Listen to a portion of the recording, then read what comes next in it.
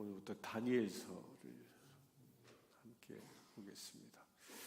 오늘은 다니엘서 1장 1절부터 7절까지만 보겠습니다. 다니엘서 1장 1절에서 7절까지, 다니엘서 1장 1절에서 7절까지 저와 한 절씩 교독하겠습니다. 유다 왕 여호야김이 다스린 지 3년이 되는 해에 바벨론 왕 느부갓네살이 예루살렘에 이르러 성을 애워쌌더니 주께서 유다 왕 여호야김과 하나님의 전 그릇 얼마를 그의 손에 넘기심에 그가 그것을 가지고 신할 땅 자기의 신들의 신전에 가져다가 그 신들의 보물 창고에 두었더라.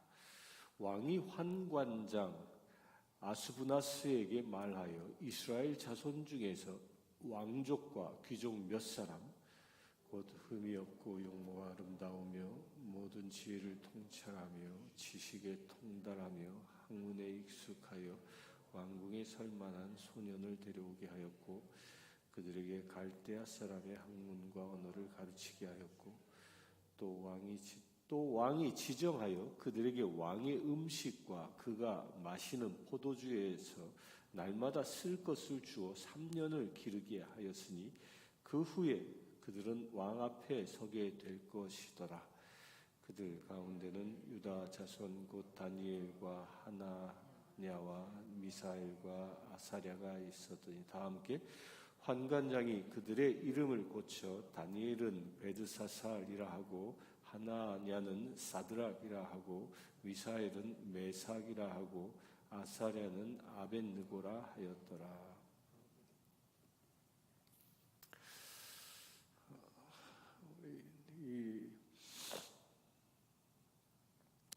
이 다니엘서는 총 몇 장으로 되어져 있냐면 12장으로 되어져 있습니다. 근데 다니엘서는 크게 이 12장이 두 부류로 나누어질 수 있어요. 그러니까 1막과 2막, 1장, 1막과 2막으로 연극으로 따지면 두 막의 이 구성을 가지고 있는 성경입니다.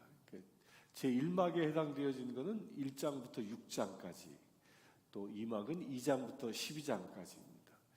근데 그 1막의 1장부터 6장까지는 이 5가지의 사건들이 이렇게 기록되어져 있어서 비교적 쉬운 내용들로 알기 쉬운, 이해하기 쉬운 내용들입니다. 근데 반면에 7장부터 12장까지는 이 묵시문학입니다. 그러니까 다니엘서를 구약의 계시록이라고 얘기하는데 그 이유가 7장부터 12장까지 그 내용 때문입니다. 그래서 계시록을 정확히 이해하는 데는 이 다니엘서와 계시록을 서로 비교해서 보아야 정확한 해석이 나올 수 있다 할 정도로 다니엘의 계시록은 굉장히 중요한 내용입니다. 오늘부터 이제 1장부터 시작되어지는데요. 이 다니엘서를 이제 보기 전에 우리가 먼저 시대적인 상황들을 좀 머릿속에 그리고 있어야 다니엘서가 눈에 들어옵니다. 구약은 누구의 역사를 기록하고 있습니까? 구약은 이스라엘의 역사를 기록하고 있습니다. 이스라엘의 역사를 기록하고 있고 신약은 누구의 역사를 기록하고 있죠? 교회의 역사를 기록하고 있습니다. 그런데 이 구약과 신약의 중요한 내용은 하나님께서 어떻게 세상을 다스리는가. 다시 얘기하면 하나님께서 어떻게 세상으로부터 구원하시는가에 대한 이야기입니다. 그런데 이 구약과 신약에는 그 구원의 대상지가 있어요. 어디로부터 구원하는가? 그게 특별히 제국들이 기록되어져 있습니다. 그 구약에 가장 먼저 등장하는 제국이 있습니다. 제국이 어떤 제국이죠? 가장 먼저 등장한 제국은 그 유명한 애굽입니다. 애굽이 세상을 다스리고 그 애굽 땅에 요셉 때 애굽 땅에 들어가서 그곳에서 민족이 되어지죠. 그리고 이스라엘이 그곳을 430년 동안 생활합니다. 그러니까 애굽의 다스림을 받았던 시대라는 거예요. 애굽이 이스라엘을 다스렸던 시대. 그것이 끝나고 나서는 이 당시의 제국이 또 강대한 제국이, 애굽의 시대가 끝나고 강대한 제국이 생기는데, 그것이 어떤 제국이냐? 아시리아 제국이 생깁니다. 성경엔 아수르라고 되어져 있죠. 이 아시리아 제국은 북이스라엘을 멸망시킨 제국입니다. 그리고 당시에 세계를 다스렸던 패권 국가였어요. 지금으로 얘기하면 지원 국가였던 거죠. 이 패권 국가. 그 아수르는 또 누구에 의하여 멸망합니까? 아수르를 멸망시킨 나라가 있죠. 그 아수르는 바벨론이 멸망시킵니다. 바벨론이 멸망시키고 이 제국을 건설합니다. 바벨론 제국이 되어지죠. 그렇게 바벨론이 제국이 되어져서 세상을 다스릴 때 그때 쓰여진 성경들이 있습니다. 그때 쓰여진 성경이 대표적인 게 이 다니엘서예요. 바벨론에 의하여 세상이 건설되어지고, 그리고 그 바벨론이 세력을 확장해서 이스라엘을 점령하는 그 시기, 그때 쓰여진 게 이 다니엘서입니다. 그럼 바벨론은 그 제국이 영원했습니까? 아니죠. 약 70년 지나고 나서 페르시아가 세상을 정복합니다. 그래서 페르시아에 의하여 바벨론 포로로 잡혀갔던 이스라엘 백성들이 돌아오는 역사가 기록되어지죠. 그때 쓰여진 게 뭐야? 에스겔서, 느헤미야서, 이게 그때 쓰여지는 거죠. 그러나 이 페르시아도 또 영원합니까? 페르시아는 누구에 의하여 멸망당하죠? 페르시아 제국을 멸망시킨 왕이 있어요. 그 유명한 알렉산더 대왕이 페르시아를 멸망시킵니다. 그 헬라 제국이죠. 헬라 제국이 세상을 다스립니다. 이 헬라 제국이 세상을 다스릴 때 그 시기가 성경에는 어느 시대냐면 중간사라 그럽니다. 이때는 구약과 신약의 중간사 시대, 그 외경이 쓰여졌던 그런 시대입니다. 그 헬라 시대가 끝나고 나서는 누가 다스리죠? 헬라가 끝나고 나서 신약 시대 때까지 신약이 시작되어지는데, 그때 다스리던 제국이 로마 제국입니다. 제가 왜 이 말씀을 드리냐면요, 하나님의 백성들이 살아가는 데에는 당대 세계의 어떤 제국이 세계를 다스리고 있었다는 겁니다. 그 세계의 제국이 다스리는데, 그 세계를 어떤 제국이 다스리는데, 그 제국을 성경은 어떤 관점에서 보냐면, 그 제국조차도 하나님께서 다스리는 나라다라는 거예요. 하나님에 의하여 세워지고 하나님에 의하여 멸망하는 그런 나라다라는 겁니다. 그래서 오늘 말씀의 2절에 보면요, 주께서 유다왕 여호와김과 여호와의 전 그릇 얼마를 그의 손에 넘기심에, 주께서 그의 손이 누구냐면 바벨론 왕 여호야김에게 넘겼다는 거예요. 이 바벨론의 흥망성쇠는 누구 손에 있는 것이냐? 하나님의 손에 있다라는 겁니다. 이게 성경적인 세계관입니다. 그래서 우리가 이 세상을 살아가면서도요,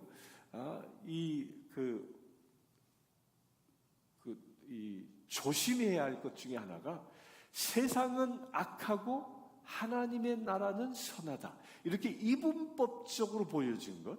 그리하여 세상은 사탄이 다스리고 교회만 하나님이 다스리신다, 이렇게 이분법적으로 보는 것은 대단히 이 시대를 잘못 볼 수 있는 오류라는 겁니다. 지금의 악이 가득한 세상일지라도 그 악이 가득한 세상을 궁극적으로 다스리시는 분은 누구라고요? 하나님이시라는 거예요. 하나님의 특별한 뜻하심이 있어서 하나님이 다스리고 계시다는 겁니다. 그런데 하나님께서 그 세상을 어떻게 다스리시냐?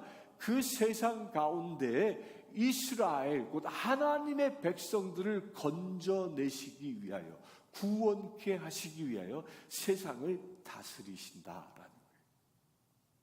이게 중요한 관점입니다. 하나님이 세상을 다스리시는 이유, 그게 뭐예요? 구원이라는 거예요. 당시에 이 바벨론으로부터, 바벨론에 의하여 그 유대가 정복당하고 그 유대가 멸망하고, 이 모든 과정들은 무엇을 의미하냐? 하나님께서 새로운 구원을 시작하시기 위한 작업이었다 하는 겁니다. 그러면 이 다니엘서가 쓰여지던 시대를 이 다니엘서 1장 1절에 보면 유다 왕 여호야김이라고 얘기하는데요. 이 여호야김은 어떤 왕이에요? 여호야김은 유다의 끝부분에 해당되어지는 왕 중에 하나죠. 여호야김의 아버지가 누구냐면, 여호야김의 아버지는 요시야 왕입니다. 요시야. 여러분들 요시야 그러면 생각나는 게 있습니까? 요시야는 유대 왕국의 마지막 부흥을 일으켰던 왕입니다. 성전을 개혁하고요, 말씀을 회복하고요, 당시에 종교 개혁을 일으켰던 겁니다. 그래서 이 역대기서에 보면 다른 왕들은 다 하나님의 눈밖에 났다, 하나님이 싫어한다, 이런 표현으로 왕들을 설명하고 있는데, 요시야는 그렇지 않습니다. 그러니까 하나님 눈에 든 합당한 왕으로 세상에 살아갔던 사람입니다. 그런데 그가 말년에 실수를 합니다. 어떤 실수를 하냐면, 왕을 세우는데 그가 두 아들이 있었어요. 두 아들이 있었는데 엘리야 김이라는 아들과 여호아스라는 아들이 있었어요. 그런데 이 왕이 아들에게 왕권을 물려주는데, 이 첫째 아들에게 왕권을 주지 않고 둘째 아들한테 왕권을 줍니다. 그리고 요시야는 죽습니다. 그런데 그 요시야가 죽고 그 둘째 아들이 왕이 될 이 시기에는, 요시야가 나중에 병이 들고 나서 이 영향력이 떨어지면서 이스라엘에 어떤 일들이 일어났냐면요, 우상 숭배가 다시 창궐하기 시작합니다. 왜냐하면 요시야 왕 때, 비록 그때는 이 아시리아가 멸망하고 바벨론이 새롭게 부흥하던 그 시기에 요시야 왕이 다스리고 있었거든요. 그때 이스라엘은 당시에 요시야가 회개하고 성전을 회복하고 말씀을 회복하면서 하나님께서 그 나라를 축복하십니다. 축복하셔서 요시야 시대 때는 유대가 아주 부강한 나라가 되어지는 겁니다. 그렇게 부강한 나라가 되어지고 나니까 이스라엘 백성들이 어떻게 되냐? 타락하기 시작했다는 거예요. 참 사람들이 물질 앞에 연약해지는 겁니다. 신앙이 제대로 서 있지 않은 상태에서 이 물질의 축복을 받으면 이 사람들이 타락하는 거예요. 요시야의 말년에 그렇게 됩니다. 그러면서 그의 아들 여호아스가 이 정권을 잡고 난 다음에 어떤 일을 하냐면, 요때 활동했던 이 예언자가 예레미야예요. 그 예레미야는 어떤 선지자였어요? 예레미야는 회개를 촉구했던 선지자입니다. 이스라엘이 그렇게 타락하고 하나님으로부터 멀어진 그 이스라엘에게 회개를 촉구합니다. 그런데 이 왕이 어떤 짓을 하냐면, 그렇게 회개를 촉구하는 말씀들을 예레미야가 써서 왕에게 보내고 또 백성들에게 선포했는데, 이 왕이 뭘 하냐면 그 예레미야가 써서 선포한 그 하나님의 말씀을 다 폐기해버립니다. 찢어버립니다. 그 말씀을 거역하는 것이죠. 그런 말씀을 거역하고 어떻게 합니까? 북쪽에서 바벨론이 강성해지니까 우리의 편은 애굽이다. 하나님께 의지하지 아니하고 애굽 땅에 의지합니다. 그래서 애굽 왕을 불러들이는 거예요. 불러들이고 나서 어떻게 돼요? 애굽 왕이 이 여호와스를 폐위시켜버립니다. 야, 너희들 잘못됐어. 어떻게 장자가 왕권을 이어받아야지 둘째가 왕권을 이어받냐? 그리고 여호와스를 폐위시켜버리고요. 그의 형 원래 그 첫 번째 아들이었던 이 엘리야김을 왕으로 앉힙니다. 그런데 엘리야김을 왕으로 앉힌 다음에 이 애굽 왕이 그의 이름을 바꿔버립니다. 뭐라고 바꿨냐? 오늘 이야기 나오는 여호야김으로 이름을 개명하는 겁니다. 여호야김으로 이름을 개명합니다.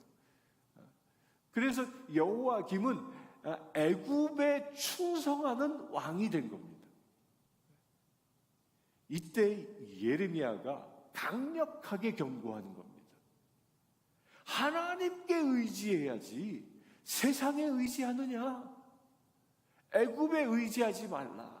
하나님을 바라보라. 그러자 예레미야를 박해하지.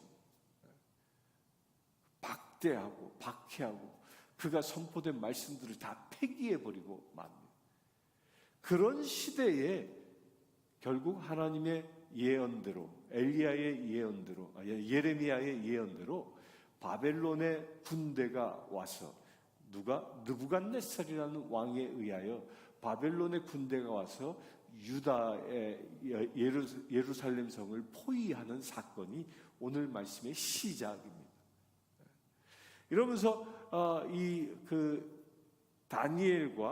다니엘을 비롯한 세 친구와 또한 그 왕족들을 포로로 잡아갑니다. 오늘 말씀에 보면 이렇게 되어져 있죠. 3절에 보면 왕이 환관장 아수부나스에게 말하여 이스라엘 자손 중에 왕족과 귀족 몇 사람을 이라고 얘기합니다.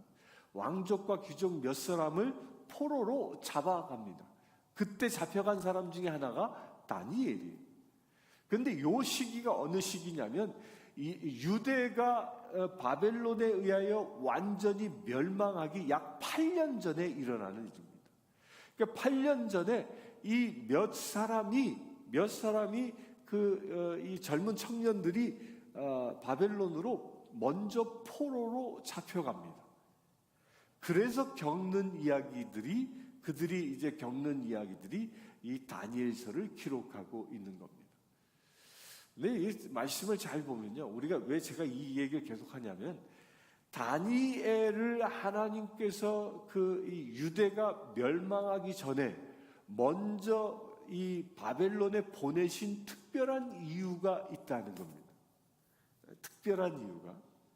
여기서 잘 보면요, 다니엘과 그의 친구들이 가서 무슨 일을 하게 되어지냐면 왕을 보필하는 일을 합니다. 곧 환관장의 수하가 되어져서 왕의 술을 준비하는 그런 일들을 합니다. 그것은요, 왕의 가장 측근에서 일하는 사람들이 된다는 거예요.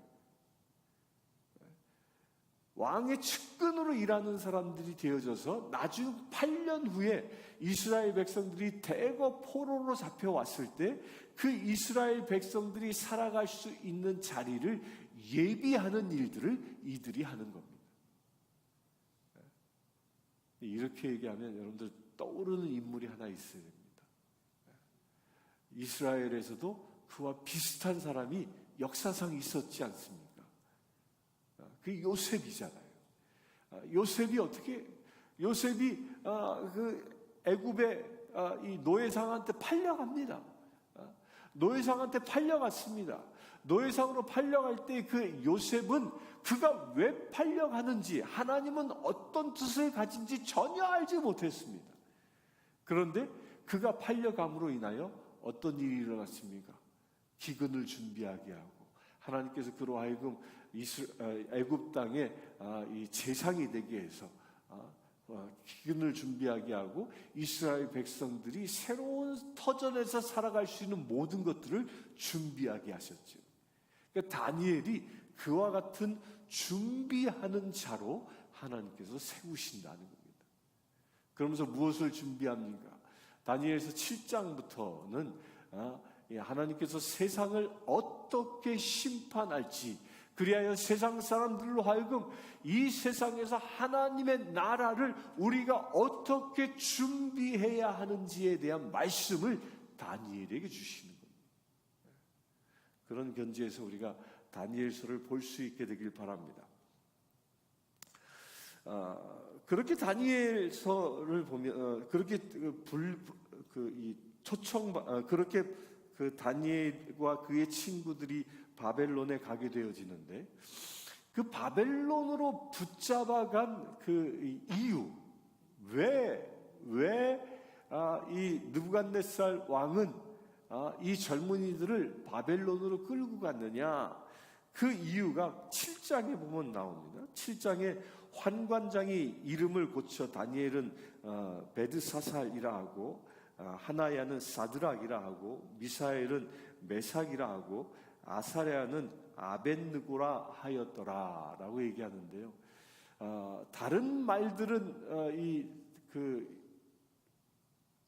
바벨론 시대의 그 언어가 많이 사라짐으로 정확한 뜻은 알지 못하는데, 이 네 사람들의 이 이름이 계명되지 않습니까? 이 계명되는데, 이 계명된 이름의 뜻이 뭐냐면, 특별히 아브나곳이라는 말이 정확하게 해석되어진 건데요. 아브나곳이란 말이 뭐냐면, 느고가 신의 이름이에요. 그러니까 아브라는 말은, 아벳이라는 말은 뭐냐면, 그 신을 섬기는 종이다라는 뜻이. 신을 섬기는 종이다. 여기서 우리가 깨달을 수 있는 것이 있죠. 이 바벨론이란 제국이 이 젊은이들을 데려간 이유는 그들이 섬기는 우상을 숭배하는 사람으로 만들기 위하여 바벨론에 끌고 갔으나, 이 젊은이들은 어떻게 합니까? 그 바벨론의 의지와는 관계없이 하나님의 사람들로 어떻게 그 바벨론 가운데 섰는가가 이 다니엘에 기록되어져 있는 겁니다.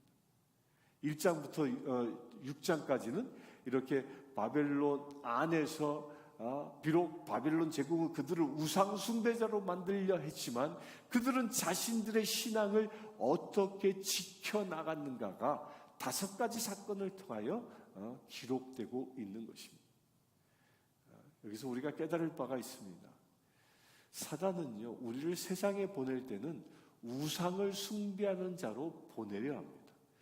그러나 하나님께서는요, 우리를 세상에 보낼 때는 그 세상 가운데 그 악한 신과 대적하여 승리하는 자로 세우기 위하여, 그래서 세상을 구원하는 자로 세우기 위하여 우리를 보내신다는 겁니다.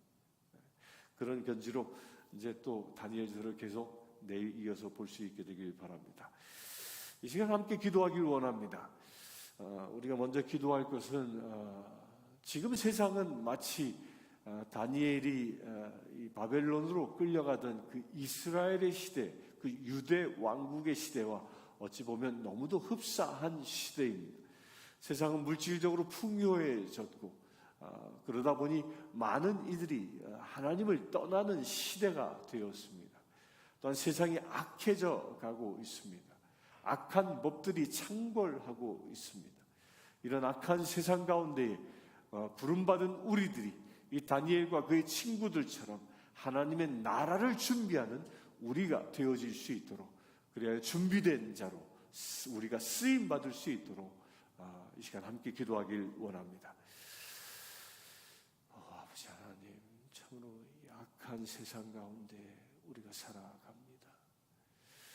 주님, 유대 왕국이 멸망한 이유 우리가 오늘 보았습니다. 그들이 우상을 숭배하였고, 그들이 금전에 만문의 신에 절하였던 그들, 하나님의 말씀에 의지하지 아니하고 세상의 논리에, 세상의 권력에 의지했던 그들을 하나님의 어떻게 심판하시는지를 우리가 보았나이다. 주님, 이와 같은 시대에 우리 또한 살아갑니다. 아버지 하나님, 악이 창궐한 이 시대에 우리가 살아갑니다. 물질이 창궐한 시대에 우리가 살아갑니다. 아버지 하나님, 이 시대 가운데 다니엘처럼 우리를 지명하여 세워주시네 감사합니다. 우리를 다니엘처럼 쓰시길 원하신다는 말씀을 주심을 감사합니다. 아버지 하나님, 이 시간 새벽을 깨우는 거룩한 심령들마다 다니엘과 그의 친구들처럼 참으로 주님의 영겁을 더하여 주시옵소서. 구별하여 주시옵소서. 바벨론과 같은 곳에 포로로 보내질지라도 오직 주의 말씀으로 무장할 수 있는 거룩한 죄를 되게 하여 주시옵소서. 세상의 논리에 굴복하는 이들이 아니라 오직 하나님의 말씀에 순종하며 나아갈 수 있는 거룩한 믿음의 세를 되어질 수 있도록 아버지 역사해 주시길 원합니다. 이 새벽을 깨우는 거룩한 심령들, 다니엘과 같은 은혜의 사람들 되어지길 원하오니 주님 기름 부으심을 더하여 주시옵소서. 오겨 이 시간 새벽을 깨우는 심령들 가운데에 악함이 있습니까? 죄가 있습니까? 병마가 있습니까? 그 모든 것들을 예수의 보혈로 씻어 주시옵소서. 온전히 예수의 보혈로 거룩한 믿음의 채를 되어질 수 있도록 아버지 역사하시길 원합니다. 그래 아버지 하나님, 참으로 이 새벽을 밝히는 거룩한 심령들, 온전히 주의 나라의 빛을 발할 수 있는 거룩한 채를 되어질 수 있도록 아버지 역사하여 주시옵소서. 그래 아버지 하나님, 이 어둠이 가득한 시대 가운데에 새벽에 미명을 밝힐 수 있는 거룩한 믿음의 채들로 쓰임받을 수 있도록 아버지 역사하시길 원합니다. 주님, 그 일을 위하여 이 새벽을 깨우라 말씀하셨사오니 이 새벽 기도 가운데에 주님의 기름 부으심을 더하여 주시옵소서. 새벽에 여명의 빛이 밝혀질 수 있는 거룩한 이 기도에 되어질 수 있도록 아버지 역사하시길 원합니다. 어둠을 밝히는 빛이 이 새벽 기도를 통하여 시작되어질 수 있도록 아버지 역사하여 주시옵소서. 또한 아버지 하나님 간구합니다. 다니엘처럼 아버지 하나님, 유대 백성들이 8년 후에 멸망하여 바벨론의 포로로 잡혀올 때 그 길을 예비하게 하신 것처럼 이 새벽 기도를 깨우는 거룩한 심령들이 하나님의 나라를 예비할 수 있는 거룩한 죄를 되어질 수 있도록 아버지 기름 부으심을 더하여 주시옵소서. 성령 하나님 기름 부어 주시옵소서. 성령 하나님 기름 부어 주시옵소서. 다니엘과 그의 친구들에게 임하셨던 성령 하나님, 지시간 기도하는 모든 심령들에게 임하게 하여 주시옵소서. 그 정결한 주의 백성들 되게 하셔서 환난 날에 주의 나라를 준비해 나갈 수 있는 거룩한 믿음의 세를 되어질 수 있도록 아버지 축복하여 주시옵소서. 우리 주 예수 그리스도의 이름으로 기도드리옵나이다. 아멘.